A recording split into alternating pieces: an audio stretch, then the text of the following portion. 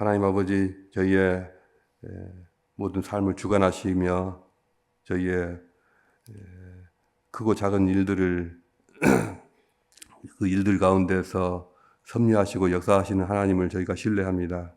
전 세계가 모든 여러 가지 재난과 전쟁으로 인하여 큰 고통을 당하고 있습니다. 수많은 난민들이 발생하고 있고 이재민들이 생겨나고 있습니다. 주여 그들과 함께하여 주시옵소서. 그들이 눈을 들어서 살아계신 하나님을 보게 하여 주시옵소서. 모든 전 세계의 사람들이 이 혼란스러운 이 세상 가운데 소망을 두지 않게 하시며 영원하신 하나님 나라를 소망하는 그러한 돌이킴이 있게 하여 주시옵소서. 이 아침에 저희가 기도할 때 저희 마음이 주님으로 인하여 기쁨을 얻기 원합니다. 소망을 누리기 원합니다. 주여 저희에게 오셔서 하나님의 말씀을 들려주시옵소서. 감사드리며 예수 그리스도 이름으로 기도합니다. 아멘. 자, 오늘 하나님 말씀은 누가복음 18장 15절부터 27절까지만 같이 읽겠습니다. 18장 15절부터 27절까지입니다. 오늘 나눌 말씀의 제목은 누가 하나님 나라에 합당한가입니다. 하나님 나라라는 말은 우리에게 너무나 익숙한 말입니다. 우리는 이 단어를 이미 다 알고 있는 것처럼 생각하면서 살아갑니다. 그러나 우리는 하나님 나라를 잘 아는 것 같으면서도 실상은 잘 알지 못합니다. 오늘 본문은 누가 하나님 나라에 합당한가에 대한 예수님의 가르침입니다. 하나의 이야기처럼 흘러가지만 사실은 두 개의 세계가 부딪히고 있습니다. 예수님께 나오는 어린 아이가 있고 또 예수님께 나오는 돈 많은 관리가 있습니다. 마태복음에 보면은 이 관리는 젊은 청년으로 나타나 있습니다. 젊은 청년이 벌써 돈이 많고 관리의 직책을 가지고 있으니 참 유능한 사람일 것입니다. 제자들은 어린아이를 야, 니네들 올 자리가 아니야. 니들은 아무 상관이 없는 자리야. 가! 이렇게 물리치고요. 부자 관리를 보면은 당신 같은 사람이 와야 할 자리입니다 하면서 웰컴하고 환영합니다. 아이들은 아무것도 가지지 않았고 부자는 모든 것을 가지고 있었습니다. 그러나 아이들은 기뻐하면서 예수님의 품 안에 안겼고요. 부자는 반면에 예수님과 대화를 나눈 후에 낙심하면서 걱정을 하였습니다. 예수님은 말씀하십니다. 누구든지 하나님의 나라를 어린 아이와 같이 받들지 않으면 결단코 들어가지 못하리라. 먼저 어린아이에 대해서 생각해 봅시다. 이 아이들은 아무것도 할 수 있는 능력이 없고요. 법적인 권한도 없고 경제적인 능력도 없고 언어적인 스킬도 없습니다. 이 아이들은 세상을 바꿀 수 있는 어떤 기여를 할 수가 없고요. 또 자신을 방어할 만한 논리도 갖고 있지 못합니다. 그런데 하나님 나라가 이런 아이들에게 열린다는 것입니다. 이 아이들은 단점만 있는 것이 아닙니다. 또 다른 장점도 있습니다. 어떤 장점이 있을까요? 아이들은 아무것도 묻지 않고 어떤 조건도 따지지 않습니다. 한 가지 따집니다. 나에게 다가오는 이 어른이 나를 과연 사랑하는 사람인가 하고 싹 보고는 나를 사랑하는 사람이 아닐 것 같다 확신이 들지 않으면은 고개를 싹 돌리든지 아니면은 울어버립니다. 그러나 확신이 들면은 기꺼이 그 품에 안깁니다. 의심하지 않고 따지지 않고 기대면서 그저 존재 자체로 사랑을 받습니다. 하나님 나라는 이런 어린 아이와 같은 이들에게 주어진다는 것입니다. 이것이 복음의 방식입니다. 하나님 나라는 어떤 힘을 가지고 정복하는 자의 것이 아니라 아무것도 가지지 않은 자의 것입니다. 아이들은 두려움을 모르기 때문에 자신을 맡기는 것이 아니라 그 사람의 사랑을 믿고 의심치 않기 때문에 자신을 맡깁니다. 먹을 것을 달라고 울고 잠이 오면 그 어른 품에 기대어서 잠들고 또 자신이 뭔가를 할 수 있는 것에 내 자신을 거는 것이 어른들이라면 이 아이들은 이 사람이 나를 사랑하고 나를 안고 있다는 그 사실에 내 자신을 겁니다. 하나님 나라는 이렇게 자기를 하나님께 자신을 내어 맡기는 그런 자가 경험하게 됩니다. 반면에 부자 관리는 어려서부터 모든 율법을 지켰다고 했습니다. 여러모로 보아서 어떤 인간적으로나 종교적으로나 흠잡을 데가 없는 사람으로 보입니다. 굉장히 유능한 사람으로 보입니다. 하지만 그는 자신이 하나님 나라에 속해 있다고 확신할 수가 없었습니다. 그는 무언가가 빠진 것을 느끼고 있었습니다. 그래서 예수님께 묻습니다. 선한 선생님이여, 내가 무엇을 하여야 영생을 얻으리까? 그의 질문 속에는 확신이 없었습니다. 예수님은 이 말씀으로 그의 정곡을 찌르십니다. 내가 아직도 한 가지 부족한 것이 있다. 네게 있는 것을 다 팔아서 가난한 자들에게 나눠주라. 그리고 나를 따르라. 다 팔아서 가난한 자들에게 주면 하늘에서 보화가 네게 있으리라 라고 하십니다. 그리고 나를 따르라 고 초청을 하시는 것입니다. 이 부유한 관리는 무언가를 못 가져서 문제가 아니라 오히려 자신이 가진 이 많은 것들을 비우지 못해서 두 손에서 놓지를 못해서 문제가 되고 있는 것 같습니다. 자신이 가진 것을 다 팔아서, 전부 다 팔아서 가난한 자들에게 주라. 천국에 가기 위해서는 무조건 이렇게 가난해져야만 하고 이렇게 빈털터리 무소유가 되어야만 하는 것일까요? 마태복음 6장 24절에서 예수님은 하나님과 재물을 겸하여 섬길 수는 없다고 하셨지만 모든 사람들에게 다 재산을 팔라고 하시지는 않았습니다. 일부 특별한 사람들에게만 그것을 요구하셨습니다. 제자들, 12제자들 같은 사람들이죠.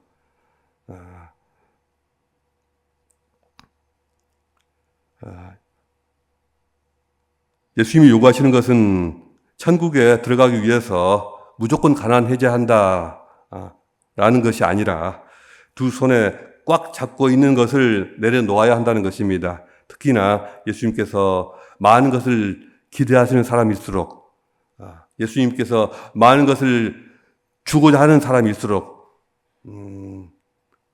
큰 기대를 거는 사람일수록 더 많은 것을 요구하시고 더 내려놓으라고 하시는 것 같습니다. 모든 사람에게는 각자 붙잡고 움켜쥐는 것이 있고 또 그것을 내려놓지 않으면 천국에 받아들여지지가 않습니다. 천국은 내가 성취해서 들어가는 것이 아니라 나의 단단한 껍질이 무너지고 내가 하나님보다 의지하고 있는 그것을 다 포기할 때 비로소 들어갈 수 있기 때문입니다. 그러므로 예수님의 이 요구는 부자 관리가 의지하고 있던 것들을 다 부수는 그런 말씀이었습니다. 그는 하나님 나라를 얻고 싶어 했지만 여전히 자신이 가진 것들을 더 사랑했습니다. 그는 움켜쥔 것을 놓지 못했습니다. 그는 짧은 시간에 머릿속으로 계산을 해보고서는 자신이 손해라고 느낀 것 같습니다. 그래서 그는 근심을 하고 마음속으로 어떤 낙심을 했던 것 같습니다. 그 순간 그는 일평생 가장 최고의 기회를 잃었습니다. 아마 그는 예수님께서 그에게 대한 어떤 기대를 가지고 그를 부르셨을 때 그 초청을 그 순간 동의하고 따랐더라면 어쩌면 12제자와 같은 그런 반열에 올라서 마태와도 같은 그런 불멸의 이름을 갖고 어떤 놀라운 어떤 이름을 업적을 남겼을 수도 있습니다. 그런 기회를 놓친 것입니다. 예수님께서 말씀하셨습니다. 재물이 있는 자는 하나님 나라에 들어가기가 힘이 어렵도다. 제자들은 놀랐습니다. 그들은 지금까지 그 반대로 생각해 왔기 때문입니다. 다른 모든 유대인들이 그러하듯이 저 부자들이야말로 정말 하나님의 복을 받은 자들이라고 생각해 왔기 때문입니다. 그러나 예수님은 다시 말씀하십니다. 낙타가 바늘귀로 들어가는 것이 부자가 하나님 나라에 들어가는 것보다 쉬우니라. 하나님 나라는 좁은 문입니다. 어떤 의미에서는 바늘귀보다도 더 좁은 문이 될 수도 있습니다. 그 문은 너무도 작아서 좁아서 오직 가진 것을 다 내려놓고 나서야 내가 의지하는 것들 다 포기하고 나서야 들어갈 수가 있습니다. 많이 가진 자는 좁은 문에 걸리기가 쉽습니다. 가지고 있는 것을 놓지 못하기 때문에 그 좁은 문을 지나갈 수가 없습니다. 많이 가질수록 놓기가 어렵고 비우기가 어렵습니다. 하나님 나라는 누구의 것입니까? 그 나라에 들어가는 자는 어떤 사람일까요? 예수님은 말씀하시기를 하나님 나라는 가진 자가 아니라 비워진 자에게 임한다고 하십니다. 무엇을 준비해야 하고 무엇을 버려야 할까요? 정말 아무것도 하지 않아도 되는 것입니까? 우리는 이 질문 앞에서 조금은 혼란스럽습니다. 왜냐하면 예수님은 이미 누가복음 16장에서 불의한 청지기 비유를 통해서 하나님 나라를 지혜롭게 잘 준비하라고 하셨습니다. 그리고 지금 18장에서는 아무것도 하지 않는 어린아이와 같은 자가 천국을 소유한다고 말씀하고 계십니다. 16장과 18장은 서로 모순되어 보이고 충돌하는 것처럼 보입니다. 한쪽에서는 주도 면밀한 전략, 또 분별, 그리고 성실한 준비가 강조가 됩니다. 다른 한쪽에서는 절대적으로 의존하고 수용하고 또 신뢰해야 한다고, 그냥 신뢰만 하면 된다라고 그렇게 강조하십니다. 우리는 어느 쪽을 따라야 됩니까? 준비하라는 것입니까? 아니면 비우라는 것입니까? 움직이라는 것입니까? 아니면 멈추라는 것입니까? 그러나 이것은 이러한 단순한 이것이냐 저것이냐의 이분법이 아니라 복음의 역설입니다. 두 가지가 다 필요한 것입니다. 누가복음 16장은 이렇게 말씀합니다. 하나님 나라가 올 것을 믿는다면 오늘의 삶에 그 믿음을 드러내라. 너희의 믿음을 오늘의 삶 속에서 증명해라. 반면에 누가복음 18장은 이렇게 말씀합니다. 내가 아무리 뭘 준비한다고 해도 너 자신이 비워져 있지 않으면 그 나라는 너에게 들어오지 않는다. 어떻습니까? 이 두 가지가 서로 모순되나요? 서로 충돌되나요? 그렇지 않죠. 하나님 나라에 들어가는 자는 어린아이처럼 전적으로 신뢰하며 그분의 품에 안기고 동시에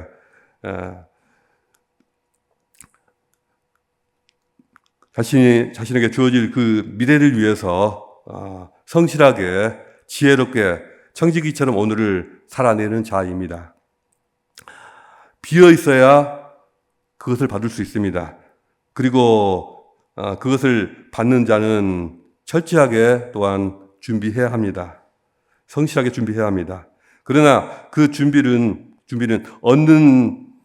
내가 그것을 얻기 위해서, 하나님 나라를 얻기 위해서 하는 그런 조건이 아니라 이미 주어진 은혜에 대한 응답으로서 또는 그것은 나의 어떤 마땅한 자세로서 그런 충성과 헌신을 하는 것입니다. 그래서 우리는 이렇게 살아갑니다. 가슴에는 어린 아이처럼 하나님의 나라 또 우리 주님을 품고 이 머리와 이 손발은 청지기처럼 열심히 준비하고 섬기며 살아갑니다. 하나님 나라는 이 두 가지 모습을 함께 가지고 우리에게 다가옵니다. 우리는 이렇게 기도할 수밖에 없습니다. 주님, 저희가 어린아이같이 순수한 가슴과 청지기같이 지혜롭고 충성된 그러한 일상의 삶으로 주님의 나라를 기다리게 하시옵소서. 제자들이 묻습니다. 천국에 들어가는 것이 그렇게 어렵다면 누가 구원을 얻을 수 있겠습니까? 예수님은 말씀하십니다. 맞다. 사람으로는 할 수가 없다. 천국은 인간의 의지와 인간의 결심과 인간의 능력과 결단만으로는 결코 들어갈 수가 없습니다. 사람으로는 할 수 없으나 하나님으로서는 다 하실 수 있느니라. 바로 저기 쓰여진 말씀이죠. 하나님으로서는 다 하실 수 있느니라. 영어로 써 있죠. 하나님으로서는 다 하실 수 있다는 이 말씀은 곧 예수님께서 그것을 가능하게 하신다는 말씀입니다. 예수님은 자기 백성이 바늘귀로 들어갈 수 없다는 것을 잘 아셨습니다. 그래서 그분이 먼저 하늘 보좌를 버리시고 자신의 모든 것을 비우고 십자가라는 바늘귀를 통과하셨습니다. 예수님은 모든 것을 버리셨습니다. 하늘의 보좌를 비우시고 육신의 한계를 입으셨습니다. 가난해지셨고 또 종이 되셨고 결국엔 십자가를 지셨습니다. 그분은 낙타가 아니라 어린 양처럼 묵묵히 이 바늘귀의 좁은 그 틈을 통과하셨습니다. 결국 그분의 그러한 비우고 낮아지시고 바늘귀를 통과하신 그 사역을 통해서 우리에게 구원을 가져오셨습니다. 그분의 낮아지심이 우리를 높였습니다. 그분은 바닥까지 내려가셨습니다. 그리고 그 자리에서 하나님 나라를 우리에게 열어주셨습니다. 그리고 이제 우리에게 말씀하십니다.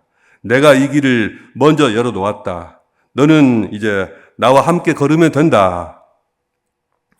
우리도 그분처럼 낮아져야 합니다. 그분처럼 똑같이 할 수는 없지만 닮아지려고 하면 됩니다. 우리도 그분처럼 자신을 비워야 합니다. 전부 다 비울 수는 없지만 이것저것 비울 수 있는 것을 찾아서 비우도록 최선을 다해야 합니다. 하나님 나라는 낮은 곳에 임하고 비워진 마음속에 임합니다. 그 나라는 부서진 심령 안에 깃들입니다. 그 나라는 가난한 자의 것입니다. 복 있는 자는 심령이 가난한 자입니다. 한국 사람들은 가장 궁핍하고 힘들 때 하나님 나라의 복음을 받아들이기 시작했습니다. 20세기가 시작되면서 일제강점기 때 본격적으로 복음을 받아들이기 시작했고 예수를 믿기 시작했습니다. 그리고 6.25가 되고 모든 것이 다 무너지고 아무것도 가진 것이 없을 때 그야말로 절실하게 주님을 찾고 기도하고 하나님 나라를 구했습니다. 60년대, 70년대에도 아직 보릿고개가 있었고 그때도 사람들이 교회로 물밀듯이 밀려오고 정말 기도원으로 몰려가서 죽어라고 기도하고 하나님 나라를 구했습니다. 그러나 2000년대, 21세기가 되면서 국민소득이 2만 불이 넘어가고 3만 불이 넘어가면서 가난한 삶에서 벗어나게 되면서 동시에 기도하지 않게 되었고 또 천국을 더 이상 생각하지 않게 되었습니다. 이 일을 어떻게 해야 됩니까?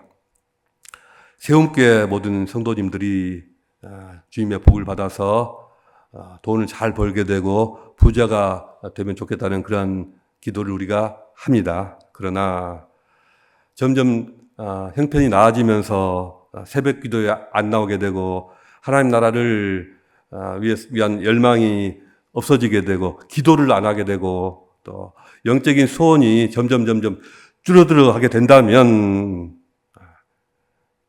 우리 성도들을 위해서 그들의 형편이 나아지도록 기도를 해야 됩니까? 말아야 됩니까? 과연 어떻게 해야 될까요? 예수님은 자신이 가진 것을 놓지 못해서 걱정하고 또 근심하는 이 부자를 보셨습니다. 그를 안타까워하십니다. 그러나 사랑은 강요하지 않습니다. 누가 뭘 어떻게 하겠습니까? 하나님 나라는 억지로 주어지지 않습니다. 하나님 나라는 그 나라는 내가 많은 것을 가졌을지라도 그럼에도 내가 얼마나 궁핍한 자인가를 알고 또 어떤 것을 가졌다 할지라도 그것을 놓을 줄 아는 그런 사람의 몫입니다. 오늘 우리는 무엇을 쥐고 있습니까? 무엇이 우리를 막고 있습니까? 당신은 여러분은 무엇을 놓으셔야 합니까? 재물입니까? 체면입니까? 자기 의입니까? 주님은 우리에게 묻고 계십니다. 너는 나를 위해서 무엇을 비울 수 있겠느냐? 너는 하늘을 위해서 무엇을 포기할 수 있겠느냐? 너는 좁은 문을 통과할 준비가 되었느냐? 어린 아이처럼 되십시오. 맡기고 의지하고 기대십시오. 하나님 나라는 그렇게 오는 것입니다. 하나님 나라 앞에서 우리는 아무것도 아닌 존재로 서야 합니다. 그럴 때 주님의 나라가 우리 안에 밀려옵니다. 우리 모두에게 그 은혜가 있기를 축복합니다. 기도하겠습니다. 주님, 우리는 더 이상 우리가 가진 것을 움켜쥐지 않게 해주시옵소서. 저희가 움켜쥔 것을 놓고 하나님 나라를 맞이하게 하여 주시옵소서. 자신을 낮추고 마음을 온전히 비워서 하나님 나라를 누리는 자들이 되게 해 주시옵소서. 저희 안에 주님의 통치가 이루어지게 하여 주시옵소서. 저희의 마음을 비우고 저희의 욕심을 비우기 원합니다.